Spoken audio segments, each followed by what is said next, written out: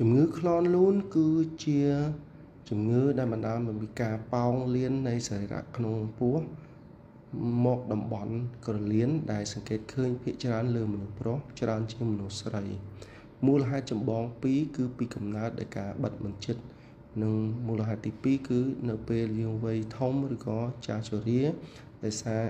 យាកយាឬក៏សម្ពាធនៅក្នុងពោះខ្លាំងដោយការធាត់ឬក៏ធ្វើការលើកទម្ងន់ធ្ងន់ក្អករ៉ាំរ៉ៃទល់លាមកជាដើមស្ដែងចេញជាអាការៈប៉ោងជួនកាលមានការឈឺចាប់ជួនកាលស្ដែងចេញជាផលវិបាកដោយមានការលូន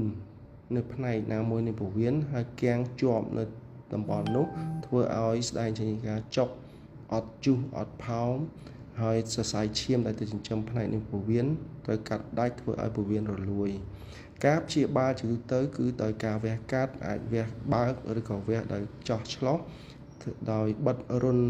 នៃការលូនចេញនិងដាក់ស្បៃរបាំងការពារកុំឲ្យកើតទៀត